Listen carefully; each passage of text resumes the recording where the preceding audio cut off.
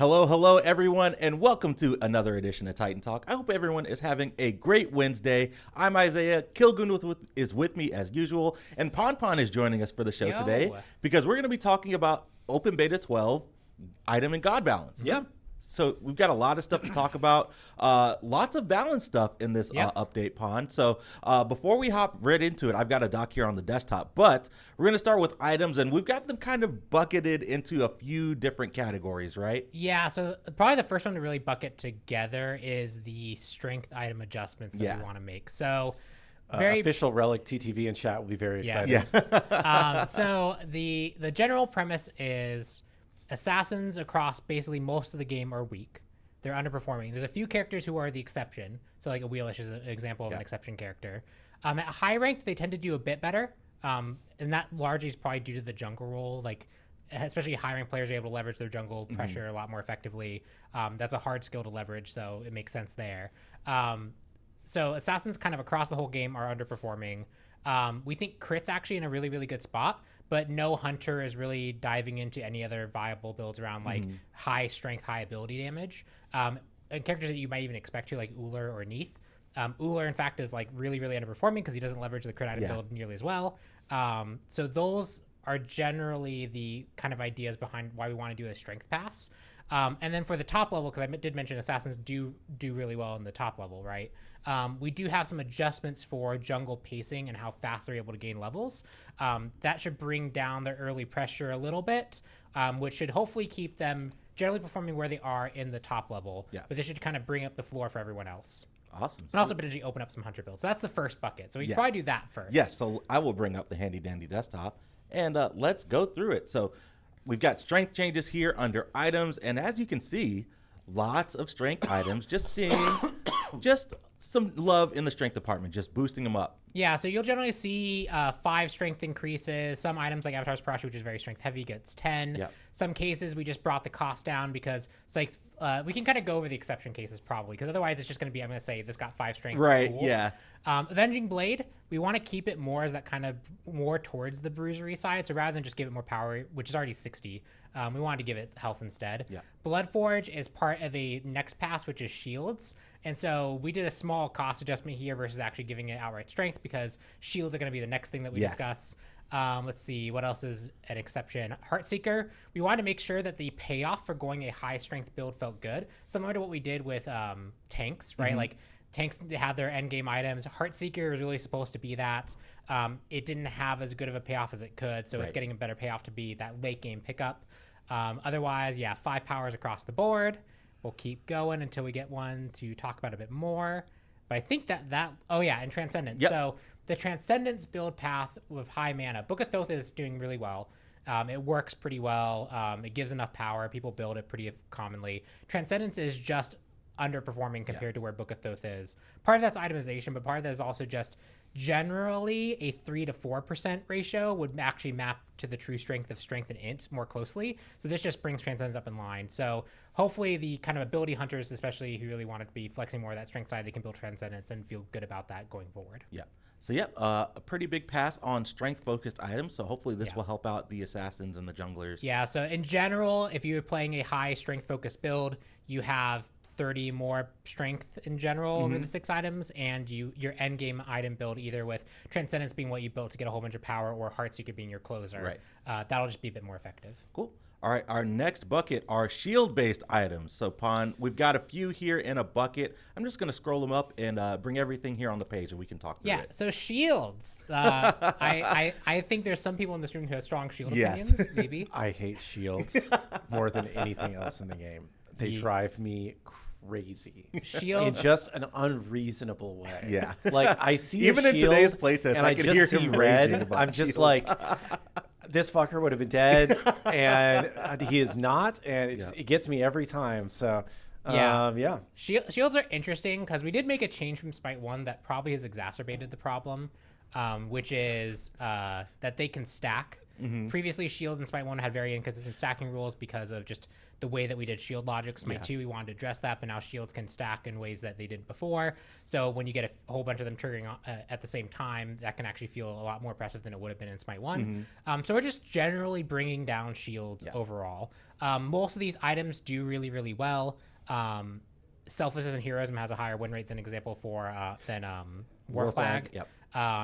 And both those items actually have really high win rates, but separately, Selflessness was just generally overperforming that. Our counter items that we implemented last patch with Erosion, Mystical Mail, they weren't really doing enough. So hopefully this is just kind of taking down shields overall, not killing the item pool. We still want that to exist. Well, I still want that to exist. I might be. No, so I will jump in here and say something about shields just makes me like unhinged. But I did not ask for shields to be nerfed. This was design came to their own conclusion. I have made my feelings about shields known for a year now, and I'm glad that we're moving in this direction. But ultimately, like design is design's call. I'm not telling them what to do here. And they felt like this was the best move for the health of the game and maybe also for my sanity. So I'm excited to see it. Yeah, and so just the shields generally going down. Some of them had more targeted changes. Selflessness and Heroism, their change largely keeps them about the same in the early game, but then they will be weaker as you go higher and higher health pools. Mystical Mail, we just think this is a cool new way to do it than trying to make it deal max damage to shields. It now just removes 25% of active shields every tick. So that's cool. And that also just means if it's 100 shield, it'll go to 75. Then it'll go 25% of that 75. Okay. It won't go 100, 75, 50. The half-life math. Yeah. So it will decay in its strength as it removes more shield. And then Erosion, letting it, if 2 shields get popped, if someone pops like a big phantom on a whole team fight, you're just going to get double the effectiveness of that protection buff, which would generally help that item feel pretty good. Cool.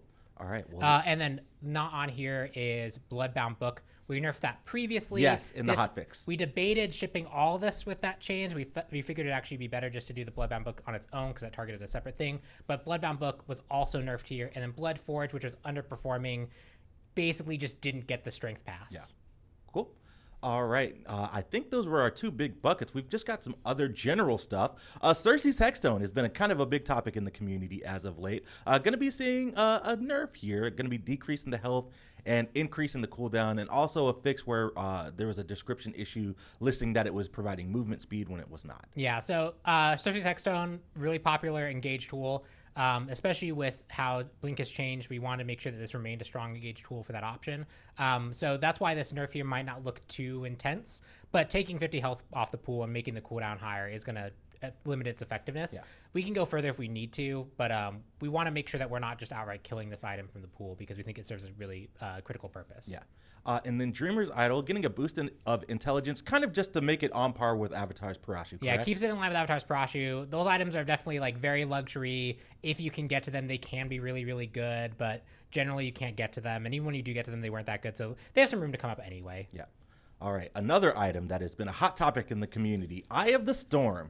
Going to be seeing some nerfs here. We're going to be decreasing the vortex strength, decreasing the vortex fighting penalties. So this is if you're walking in the opposite direction that the vortex is trying to pull you. And then we're also increasing the self-damage. Yes, so Eye of the Storm, pull strength just being reduced by about, I think it was 20%. The increase the vortex penalty, that one is one of the main contributors to when it stacks, it's extra impactful because that stacking will further cause you to fight more penalty against it. And we're just increasing the self-damage. This item was generally fine for a while, and people seem to think that we've changed something to how it works. It's just people decide that stacking it now is really, really good. The actual changing this to not stack is a lot more of an involved process. So we looked at that path. We might still go down that path in the future. It's still available. But these should take the edge off the item. This should make it so that when stacked, it's just less impactful. And if you are going to go it, you will notice the self-damage more, especially with our new counting up items. Yeah. I can tell that exactly I had a fight in Arena where I was using it, and it cost me on its own 1,200 health. Oh, yeah, with a number summing. Yeah, with a number summing. I was like, It's damn. so much easier to tell what's going on in the game with the number summing. Like, I don't know. I like it. Cool. So, Eye of the Storm just getting a nerf. We'll look at it in the future. If we need to come up with stacking rules, we can. That was just that's a larger pass that requires a bit more time, and we felt we could get this to you guys faster. Yeah. All right, Spectral Armor up next. We're going to be decreasing the physical protections, increasing the health, and removing the decreased critical strike chance from 25% to 0%. And then we are now decreasing the critical strike damage from 0% to 25. So just to flip in the crit metrics here. Yes, so this does a few things. One is, yes, it's still physical protection, but it's so much more health now, and health is kind of your omni mitigation, especially against crit builds, which might not be running a chin size in them. This just makes it, if you do need to splash it against a magical crit, you can. It makes that just better. But also it decreases the critical strike damage, which is always going to be effective against crit, whereas actually decreasing the critical strike chance, they could go over that cap and they could still be 100.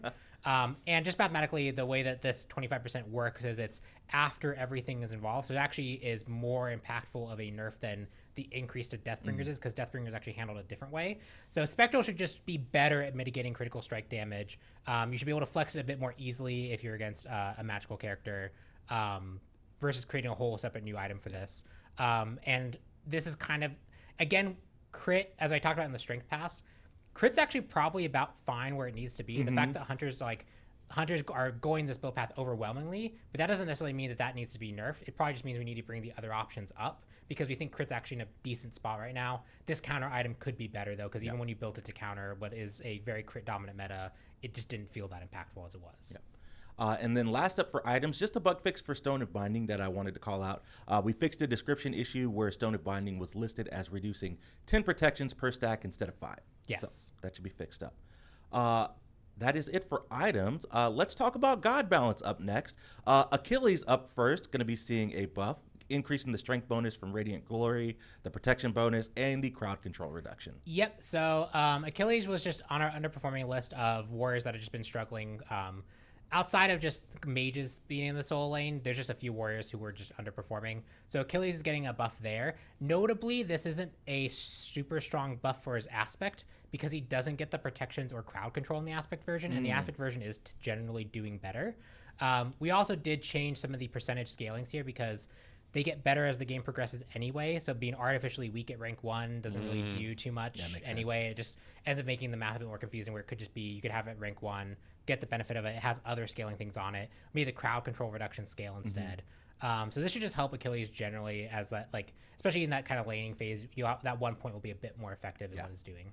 Cool. All right. Up next, Amaterasu. Non-aspect Amaterasu, I want to make sure I call out. Yes. Divine Presence, we're going to be increasing the movement speed and the heal intelligence scaling. And then Dazzling Offensive, we're going to be increasing the damage intelligence scaling. Yes. So again, aspect focused. The movement speed is very, I don't think you have access to it in the aspect. And the heal intelligence scaling and the damage intelligence scaling, that build path for intelligence focused is not really utilized in the aspect version. So this is really meant to help non-aspect Amaterasu. We did a lot. She was really, really good in the int build very early on, but we did a lot of nerfs to that, and this is essentially us bringing some of that back. Yeah.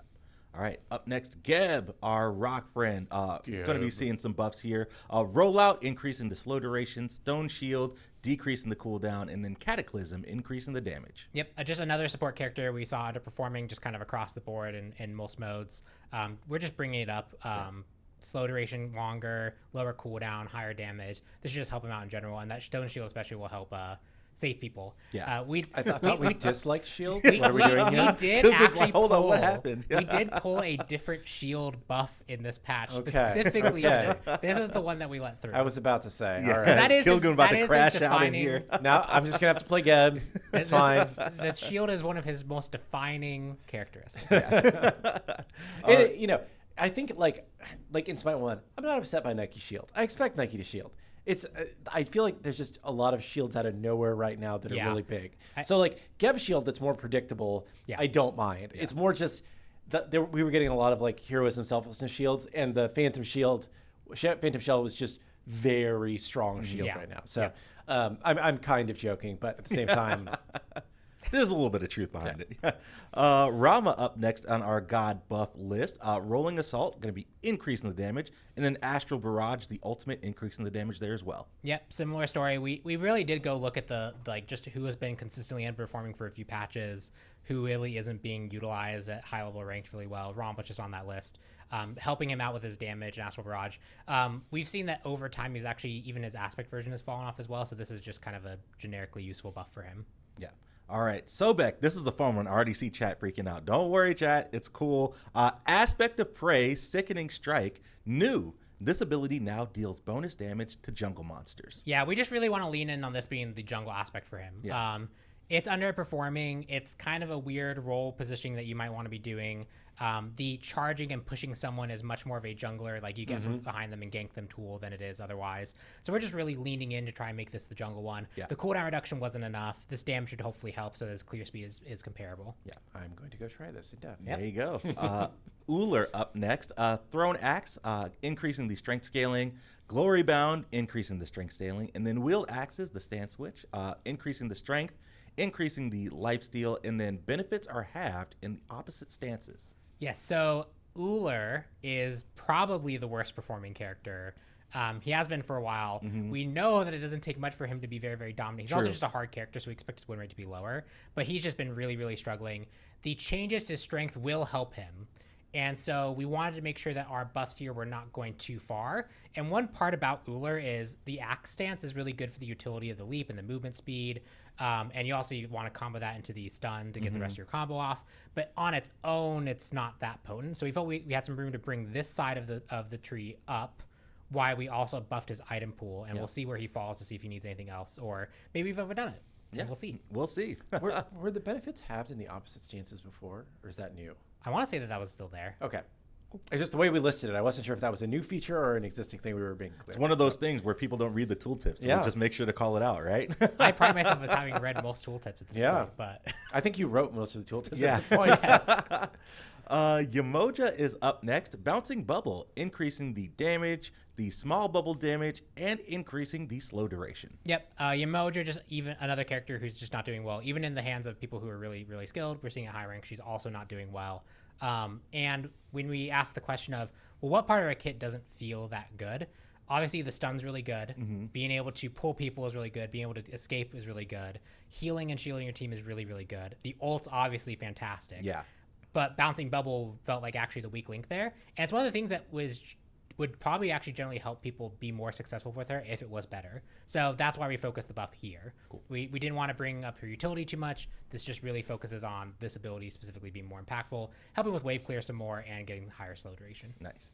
Sweet. I think that is it for buffs. We have a couple of nerfs and targeted towards kind of the higher level performing junglers, correct, Yes. Pon? So since we've brought strength up, if we do nothing, a Wheelix, who is currently doing really, really well, will just probably do even better. So these are essentially here are the assassins we felt outside of the rest of the pool. We needed to nerf to compensate for this, because if we just buff the item pool, they're just going to be, again, the top pick, and they're going to probably be more dominant. So we wanted to make sure we had something here for that.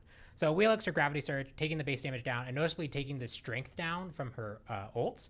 This means all the follow-up that she does after she actually does successfully pull someone, or even it just pops us to fight, is going to be that much less scaling. So this was... We've nerfed her a few times before, but this should target that specifically really impactful moment of pulling someone. That's just going to be a lot less deadly now. Cool. And then I believe last up on the list is Hoonbats. Yes. Overhand Smash. Why are you doing this? Decreasing the strength scaling, and Sacred Monkey decreasing the strength scaling. Again, Hoonbats was definitely in contention for basically the second jungle spot. So just needed the nerf to make sure that we keep him. The goal is actually to keep him relatively where he is, given the fact that we're bringing strength up. Yeah. All right. Well, I believe that is a wrap for. Let me scroll down just a little bit, make sure I didn't miss anything. I did not miss anything. That is it for our God and item balance recap. So just a quick overview: strength items across the board, seeing a little bit of a buff, nerfs to shield items, and buffs to shield counter items. Some general changes, and then just a whole lot of God balance as well. And our focus there was mostly on the really underperformers, try and get some more kind of contention up in the God pool, take some of the top performers, take them down a little bit. There's a few other things that I do want to talk to Clumsy about after this. Cool. So Clumsy, remind me to talk to you, because I know for example, Baron Aspect released. Think generally the consensus is underwhelming. Cool idea, but underwhelming. So that could probably use a buff. There might be a world where we also have a few other characters in the top pool that we still need to look at. So Clumsy says he messaged a Slack change. Maybe we could mention. Let's see. I don't know if he did. You message it to me, Clumsy? Yeah, he said he messaged it to you too. He didn't mention me, so I guess I'm not important. Ooh, I do see it. Damn. No, yes. The jungle XP changes. Can we mention those? I did mention that at the top of it. So yes, and because assassins do the only place where they're doing good enough right now, and that's not all junglers, it's just some of them, was top level ranked. Yeah. We did slow down jungle XP a bit to essentially make them more even at that top level play, but we've essentially brought junglers up overall. Yeah, I've got the points here. I'll just read them here right off my phone. So Conquest jungle XP changes. We've reduced the base XP on Elder Harpies from 80 to 74, reduced the base XP on Small Harpies from 20 to 14, and then reduced the base XP on Roaming Harpies from 58 to 50. Yep. I didn't realize roaming harpies give that much XP. Yeah. I should prioritize those more when I'm jungling. Sweet. Well, I think that is everything I had on my list. I'm going to boot up Dev here. Kilgun, I know you had a couple of things that you wanted to talk about. Yeah, just a couple more minor things that we didn't get to on Monday or didn't think to talk about. One of them is that in your post-match stats, your self-healing is now also going to include lifesteal healing amount. We thought that would be a much clearer way of showing like the value that lifesteal brings to your build. Yeah. So you'll start seeing a lot, if you start seeing self-healing for gods that can't heal themselves, I think that'll be a nice little improvement, and you understand why that change happened. What was the other thing I was going to say? Do you remember? It was lifesteal, anti-heal. Anti-heal. Yes. So in game, the stat that prevents healing has been called healing reduction, and everybody just calls it anti-heal. Mm-hmm. And if you typed in anti-heal, it didn't work. So we called it anti-heal. So if you are looking for healing reduction starting in this update, look for anti-heal instead. I believe it's anti-heal is the way we typed it in. So keep an eye out for anti-heal if that's what you're looking for instead of healing reduction. Some people have talked about things that we aren't quite ready to talk about yet. There's a few more updates we'll have on Friday of some things that we're kind of locking in. Yeah. So, I can talk about some things as we get there. But we did want to take a look at kind of where the action cam sits right now. So during the last flash test, we just wanted to get the flash test out, and we had a very broken version of the action cam. Yes. And we actually had like a disclaimer of like, please change your camera setting. Yeah, change it back to default. Yeah. Because like what was the action cam was actually like this super wide angle that was not what we intended. It just was kind of broken. Yeah.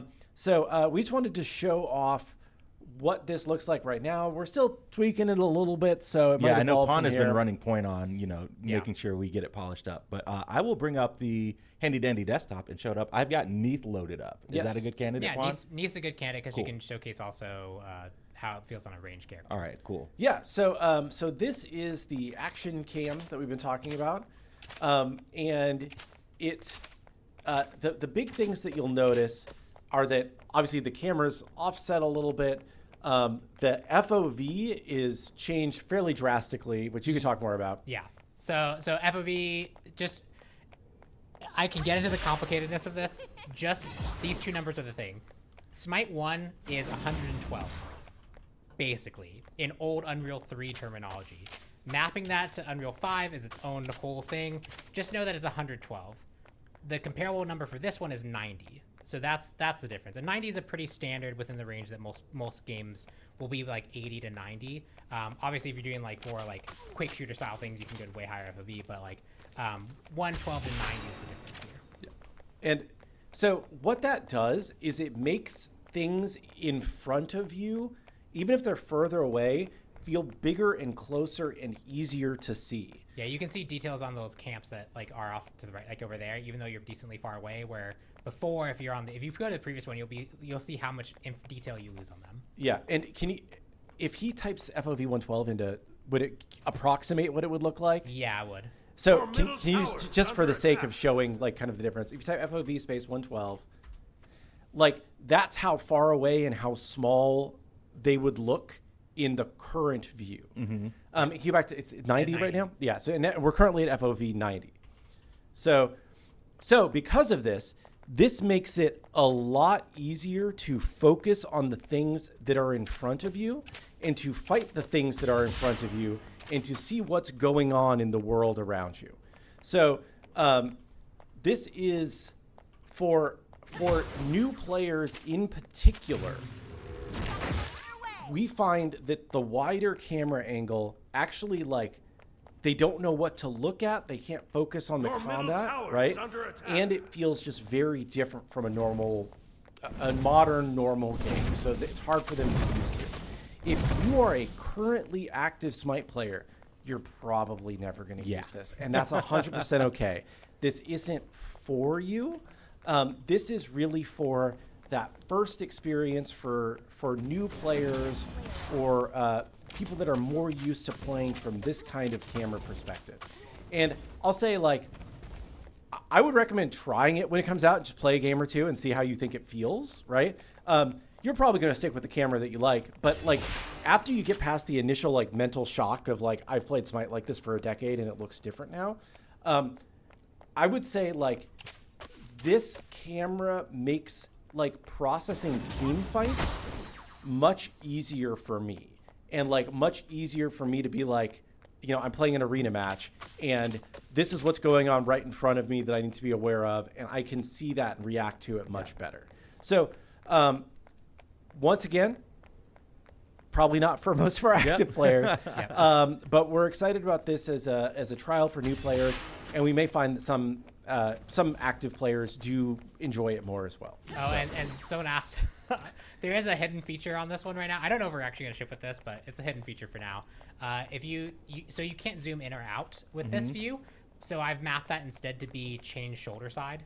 So you can actually be on the different side for some characters. You can also center it. So if you're sensitive with the battlefield, you can actually just center it, and you can have your own centered point of view of this as well. So you have some even customization within this right now. Don't know if we're actually going to ship with that. We'll see, because also people could accidentally hit that and get stuck in a view they don't like. But just for now. But yeah, obviously, Kilgun said basically all of it. We'll see how, especially once we actually have this in new players' hands and they're able to play with it, and we'll get feedback on that. We'll be able to see do people actually like this more for the new player experience? And then when they are ready to, or if they ever want to, they can easily hop to the other one. And yeah, if you get past the first shock, you can generally play pretty well. I went 17-0 in today's playtest using this camera, so it was fine. Yeah. I might be a little worse. There's definitely some nitpicking that you lose out on, but you can still play this game. You can definitely still play with it, and I really think somebody asked what's the advantage of this, right?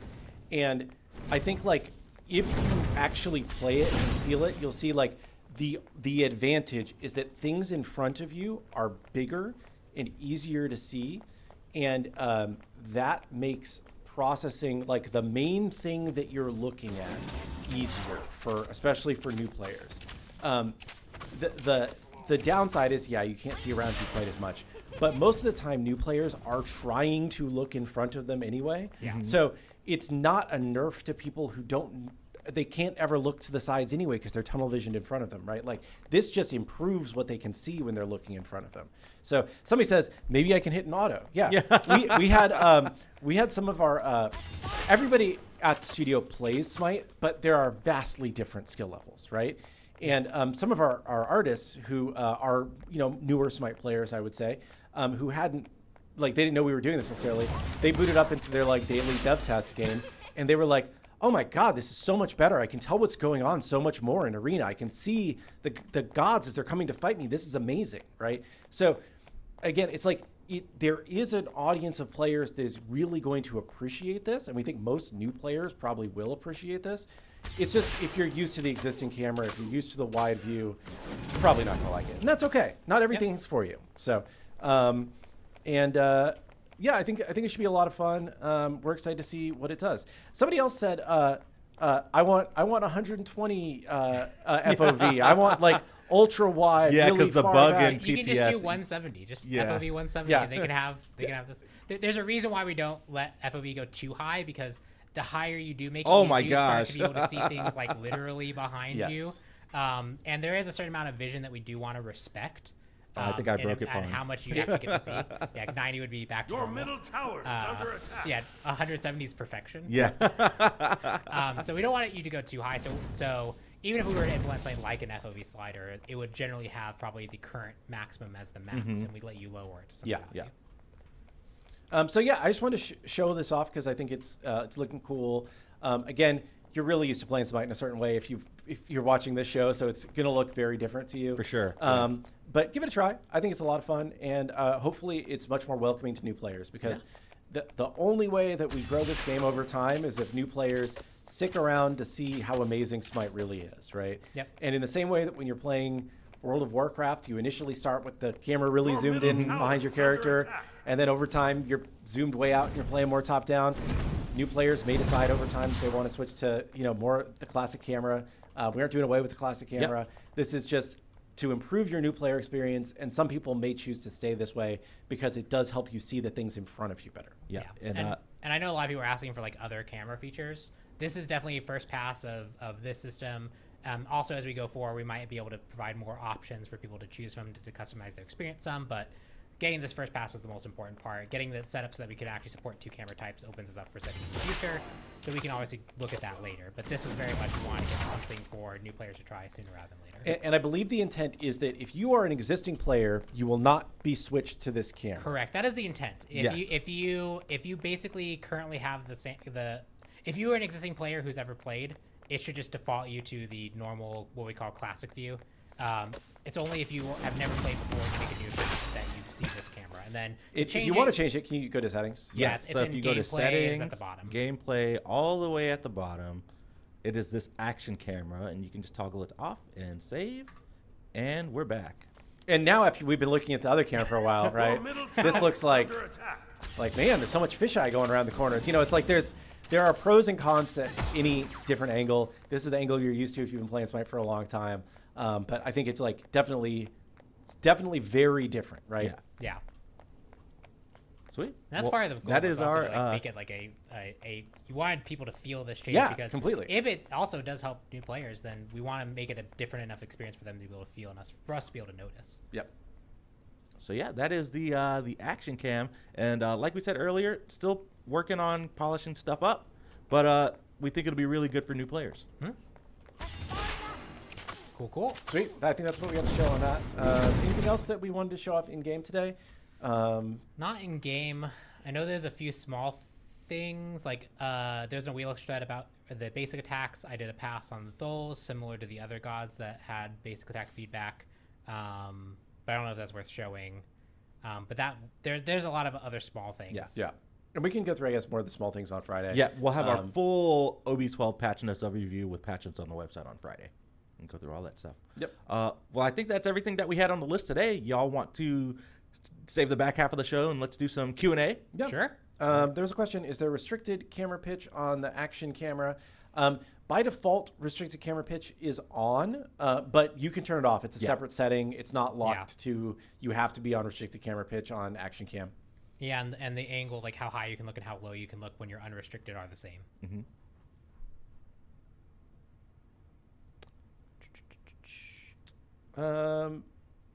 When can we expect a band increase for ranked?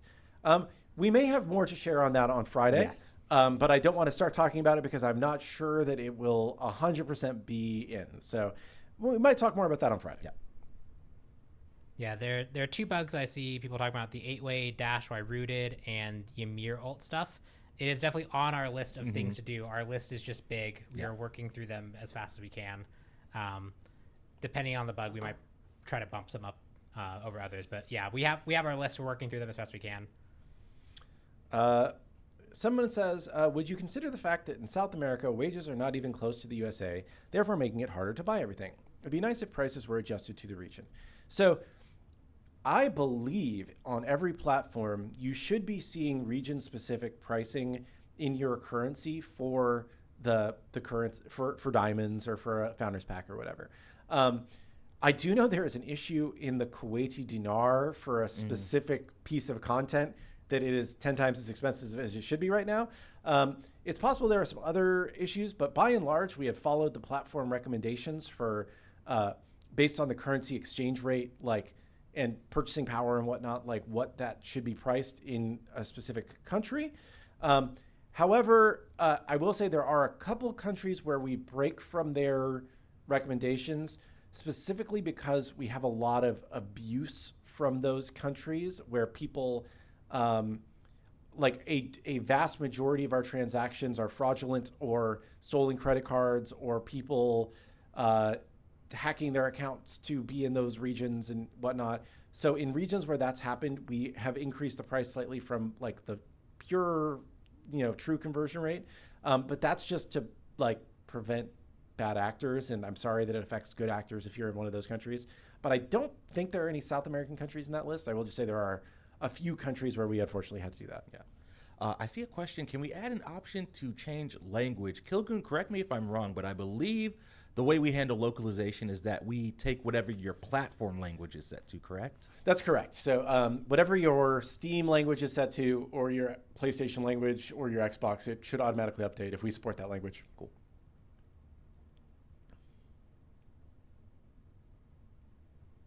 Let's see.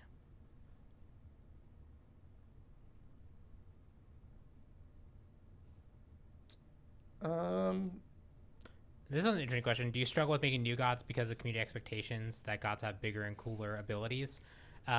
We have talked about, like, if we released Ra today, Ra didn't exist and we released Ra today, would Ra actually be received well? And I think generally the answer is it might not be received well in regards to people think this is like a really, really cool launch, but the character would probably perform about as well as the character does because a wide amount of people play, they get their hands on the character, they either do like it or they don't, and what they like or don't like generally doesn't change too much. So there is a bit of like pressure and like expectations about new gods having new cool things. We do like, it's also just fun for us to try and push the boundaries. But yeah, we have been like a few times where like we'll make an ability or prototype ability. It's like, well, this is just X character's ability. It's right. Like, yeah. Yeah, and the context, we need to make sure that the context feels different for things. We need to make sure that the actual feel of the attack feels different. Like, there's ways that we can also make very similar attacks that on paper you can boil down to this is just this character's ability. There's also ways in how we present it and even small like kit interactions that we can add to make that more interesting. So yeah, definitely. It is definitely harder. I would say making a new god now is harder than it was before because we've also gone through so many different ideas of ability types. But it's a fun challenge. Yeah, I would say maybe you will disagree with me on this, but I think that of the like last round of gods that we did in Smite 1, I think Ischel actually had a fairly straightforward kit, like more complicated than Ra for sure, but was still very well received as a fun to play character, right? Yeah. So I think that we can still do fun things with simpler kits, and like you're saying, like people are going to like it if they're going to like it, right? But there definitely is a lot of the vocal community is like harder gods, so yeah. And Hecate was our first god that we tried to bring over, and I think the first goal of that kit was to be a bit more straightforward, a bit simpler, but the execution there, like people just didn't feel like it was super engaging, even with it being simpler, which is like a separate problem of things can be simple and engaging, but that's why we ended up going back to the drawing board with her and giving her her secondary role, which I think she fits the, like, generally her abilities are pretty straightforward, and I think they present really well. So I think she's a good example case for a relatively straightforward kit that can be really fun and engaging. Pon, I saw a question in chat, which I think is fair. Someone wanted to see what the action cam looked like with a melee god. Who in dev would be a good, because I know you're in process going through. I've just been using Achilles as my test case, although he's probably bad actually because he has longer range basics. Hercules is interesting because you get he's one of two characters that actually has weapons that are right in the center, which is why we even talked about having a shoulder side option in the first place. That makes sense. Most melee characters work. Right. I don't think there's anyone. I'll bring up Herc. Anyone special. Most melee characters feel pretty good because they highlight nice and bright when you're going to be in melee range of them, and the melee range feels pretty intuitive. Yeah, and I played Herc on the action cam yesterday, the day before, and felt pretty good. It definitely like I said, it takes a little bit to get your brain adjusted. Like I could not hit a 2 at first, and then like after playing the game for like 3 minutes, I was like, oh yeah, okay, I got it. All right, let's see here. I will bring up the desktop. So this is Hercules.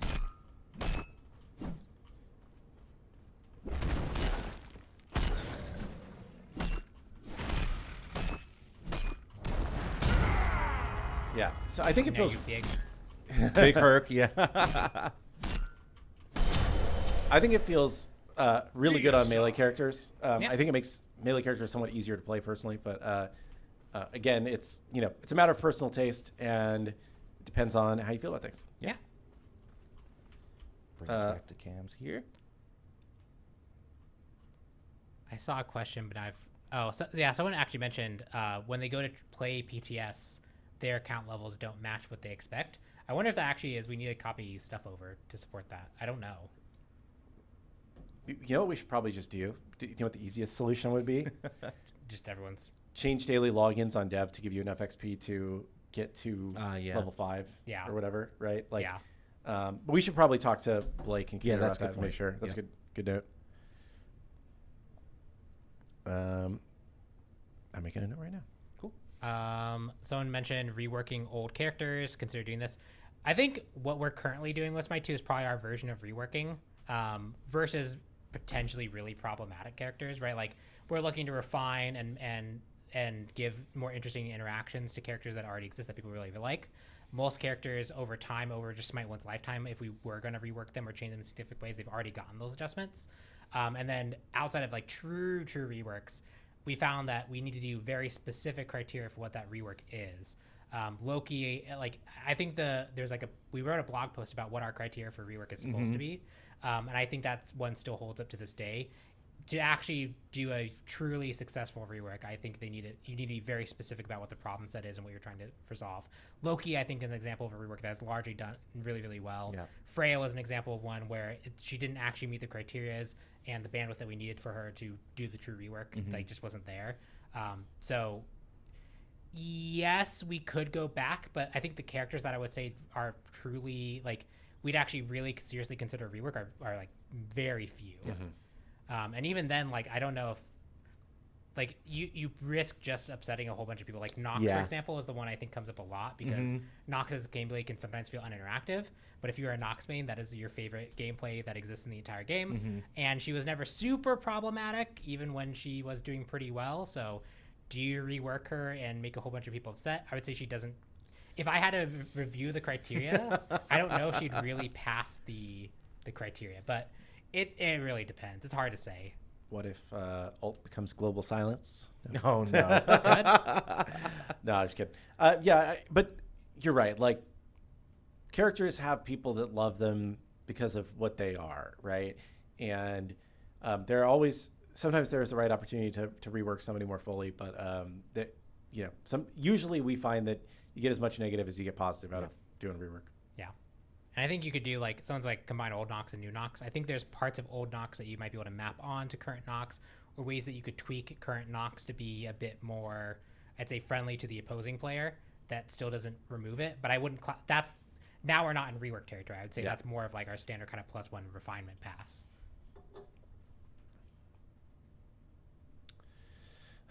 Let's see. Oh yeah, we actually talked about that.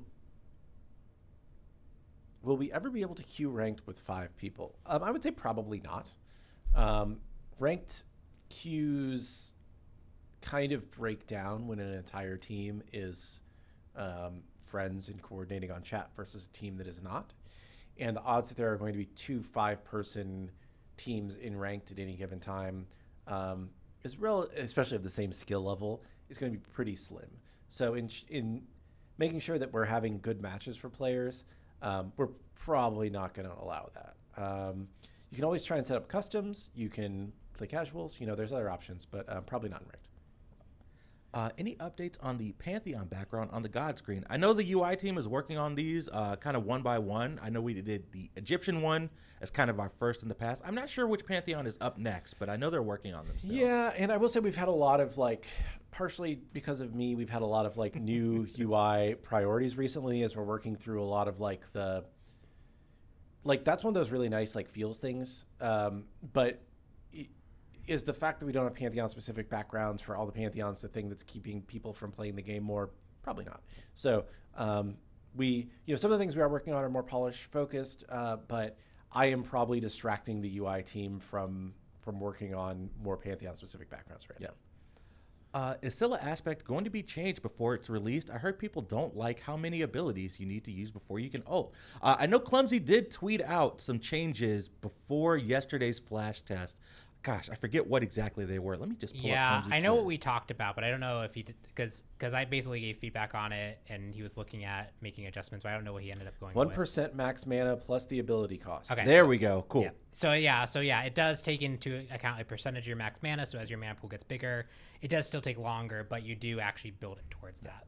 Cool. Thanks, Clumsy. Somebody says Emir alt is still bugged. Any news? I have not been able to replicate this in any way that's consistent. I do know how to replicate. Oh, do you? It. Yes. Okay. Talk to Kabir. And we have passed it. Okay. Is this the bug about not being able to detonate it, or is this the bug where he walks? I've heard the not be able to detonate. I haven't heard about the walking bug. The walking one's way rare, and it's happened since basically alpha, and it pops up every so often. But I just know there's another one. Okay. Clumsy says, "LMAO, he walks." I've seen it like very rarely. I just remember seeing a recent video, so I didn't know.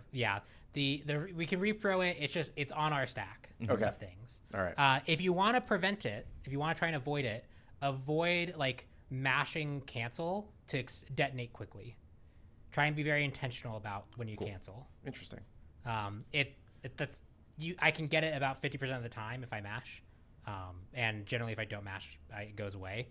But yeah, it's on our list.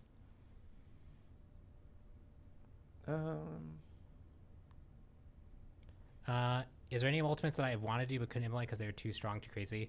Actually, the Aladdin ult was probably it. I mentioned this when we did Aladdin, but I've been trying to figure out how to do a 1v1 arena style ult since I basically became a designer on the project, because it's a very, very fun challenge. And Aladdin was a very, very fun challenge, as you can see with the rules lawyer text that I had to put into that ability description.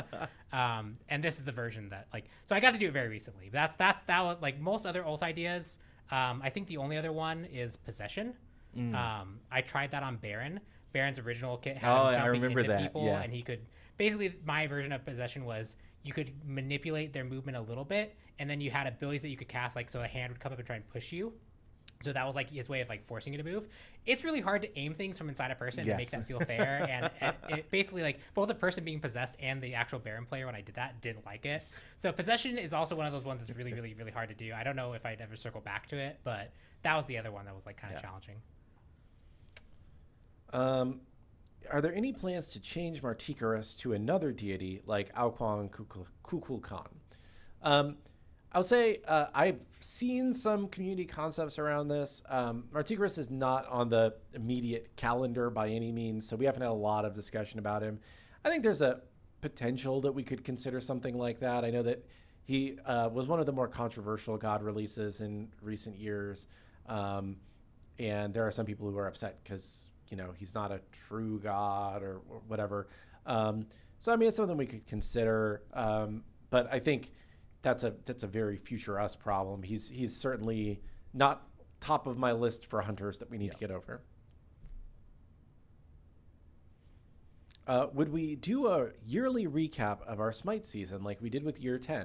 So we had those the kind of custom videos that played that recapped your year in season 10.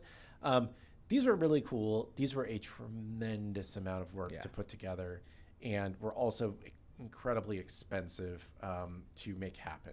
So I would say probably not again anytime soon. Maybe if we have a good moment to do it. But it was a lot. We had to produce so many different small video pieces to make that happen.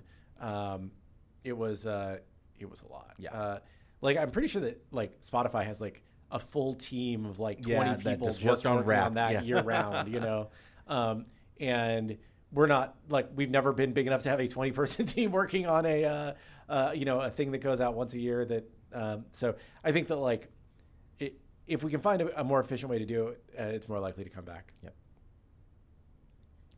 Roadmap for new items. We generally make new items as we have niches that we want to fill, or we have things coming up that we know we kind of need to support better. I know, for example, when Kali was coming out, that was around the same time we wanted to do a lot of the itemization stuff, and we knew that she's a chainsaw character, so we wanted to make sure the support there was good. As the tank stuff came up, we saw an opportunity for new items to be able to kind of bolster and be a solution there.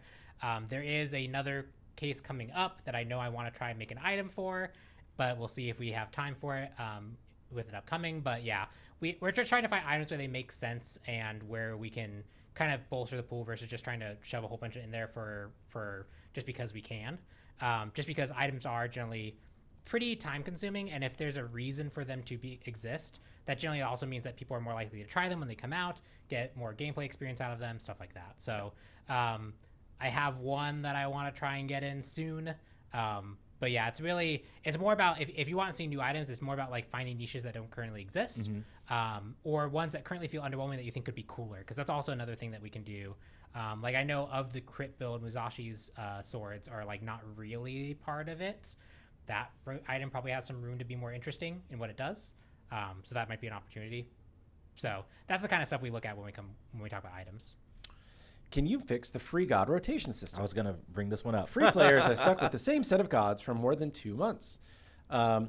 This is by intent right now. So Bacchus, Hercules, Nemesis, Ra, and Neith, in our data, are the gods that new players are most likely to retain while playing. So you are most likely to keep playing the game if you play games with these gods. Historically in Smite, we had a very active rotation that like there were new gods coming in and out every week. And we also had a number of gods that were just kind of unlocked for free by default. Right.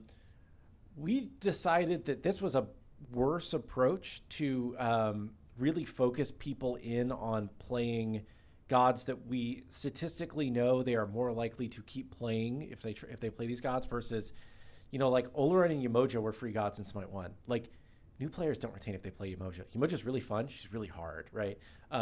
Oleron is also just kind of weird and different, right? Like, he's really good, but like you gotta kind of know what you're doing, right? Whereas these 5 gods are, for their roles, are really good new player retaining gods.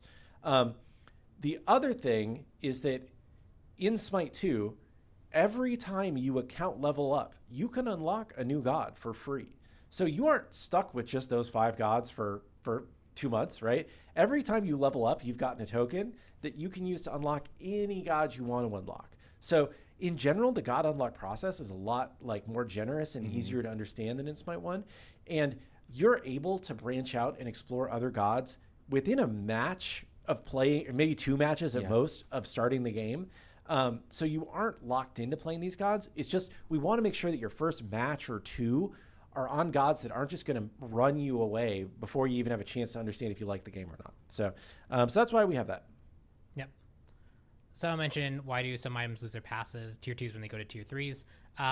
This is probably just a kind of like an artifact of a few other things, but we're generally okay with that so long as the passive that the item had before is related to the items it's building into. So Manchu Bow, right, is an on damage proc, and the items it generally builds towards are things that happen on hit. So losing that specific functionality for just on hit things makes sense.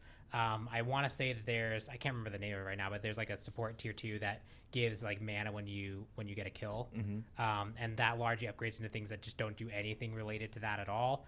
That one's probably one that is a bit weirder and we'd want to look at, but also it just hasn't been a higher priority for us because as we moved items around and made changes that are healthy for the tier 3s, some of the rules we've made have been broken, and eventually we'll go back and address those. But right now, like if you end up losing like 5 power here, you lose like a passive here, you might want to hold on to that passive for a little bit longer because it's there. We think it's interesting. We don't think it's really hurting anything right now, so we're aware of it, but it's just lower on our list of things to address.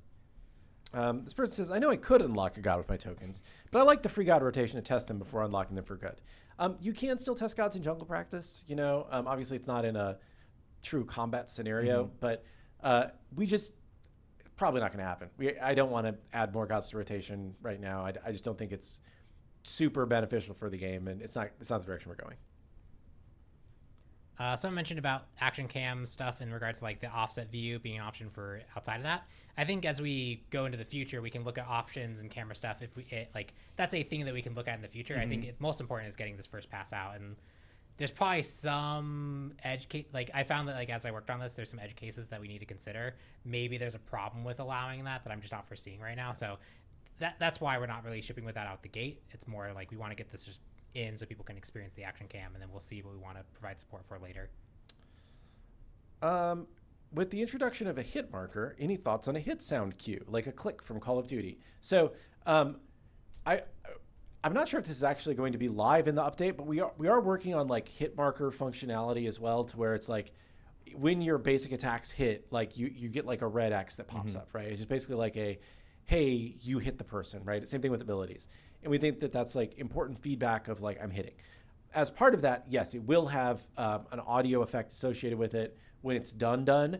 But I don't know if part of it is going live in this update without the final product, or if it's just in PTS because we were testing some stuff, or it's in dev because we were testing some stuff. So we are working on hit markers. We think that they'll help convey when you're hitting with your attacks, and because you do have the numbers that pop up already, but just like a secondary reinforcement of that in a way that players can understand more easily. And there will be some sound associated with that. Yes. So I mentioned it for the Spectral is not a nerf against sub 100% builds. Yes, assuming that build doesn't have Deathbringer because of the way that the math works there, it would be. But generally, you're building Spectral in response to crits that are later in the game state, and also yeah, you are reducing effective DPS, but that doesn't help you feel better when you get crit 3 times in a row anyway and fall over, die immediately. The mitigation has some value there, just even outside of that. My guess would be this item is and we'll see as the patch goes live. My expectation with these changes is the win rate of the item should go up. Is there a way to switch around active item slots independent from build order? If not, would you consider adding something? I believe there is, correct? Maybe not. Yeah. I think this, because I remember the meetings we had about getting the system the way that it works right now is it was one of the constraints was to get it out to players really fast was to have that the sorting in your inventory is what determines the sorting for your item slots. And it is one of those things that we have a note for to potentially go back and improve later, but the system works fine. You can control it the way that there's a way to control it. So, and it largely works for most people. They just kind of build it in order, and if they want to change it, they can just change it real quick.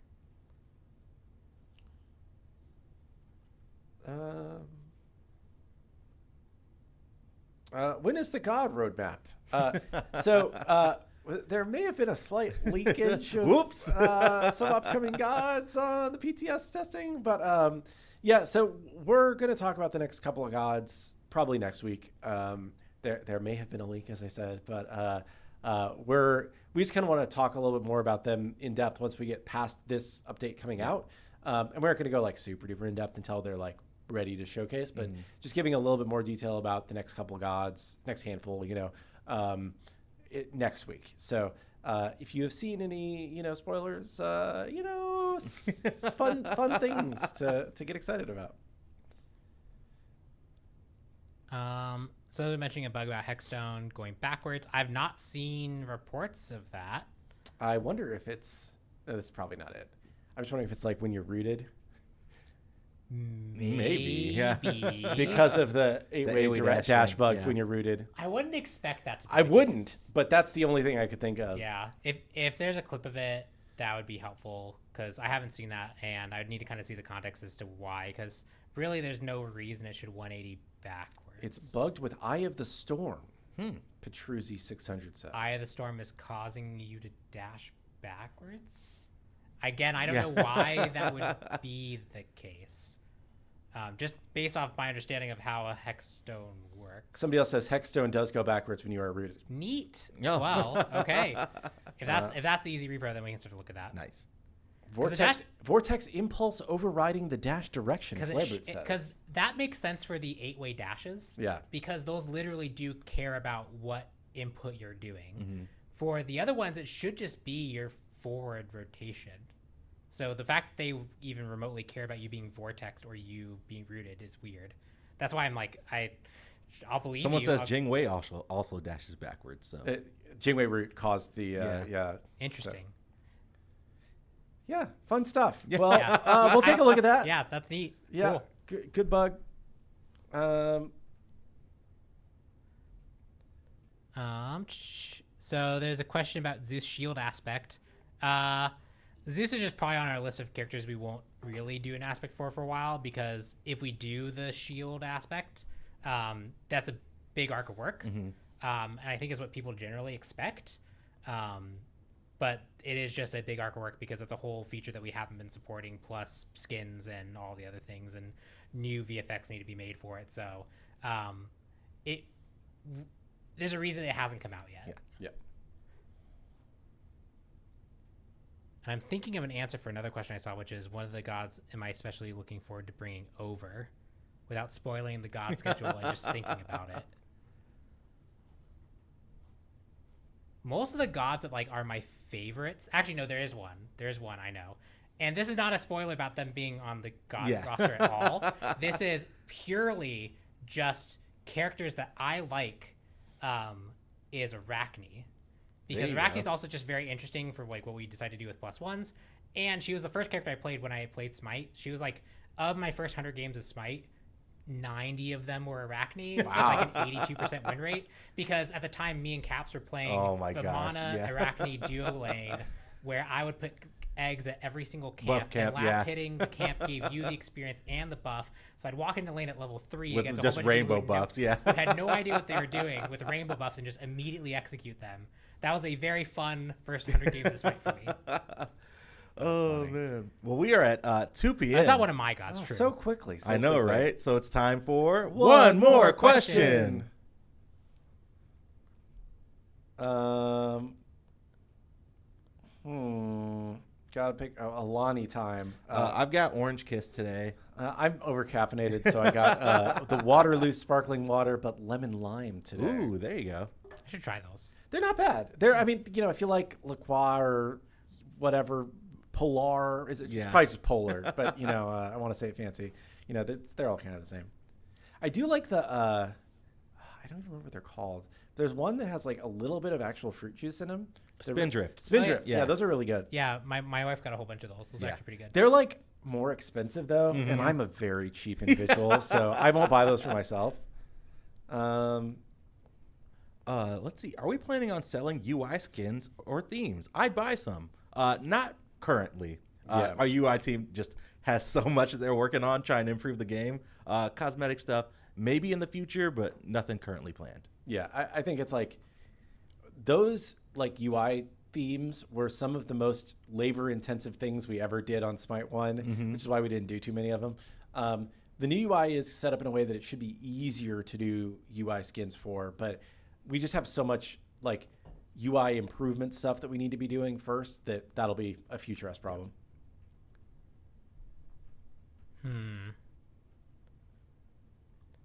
There's a few.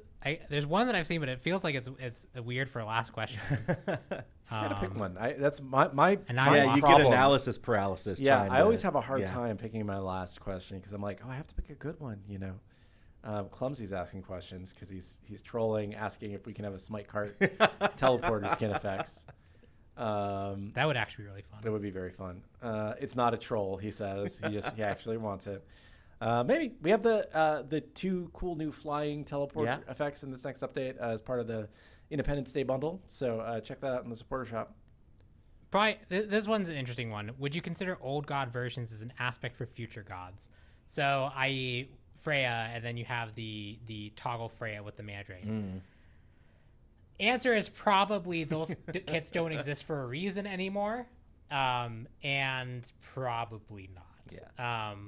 As much as that Freya was very interesting at the time, there's a reason. Like, I don't know how many other games will rework a character and then actually go, nah, that was just a mistake, and undo it completely, and then decide like to re-implement it again. I will say we've taken aspects of that in the past, right? Like Guan Yu ult became Amaterasu ult, and Nuwa ult became Ganesh ult. So there are like some times where we'll go back and take an aspect of a kit that's gone away, but like to bring it over wholesale, definitely not.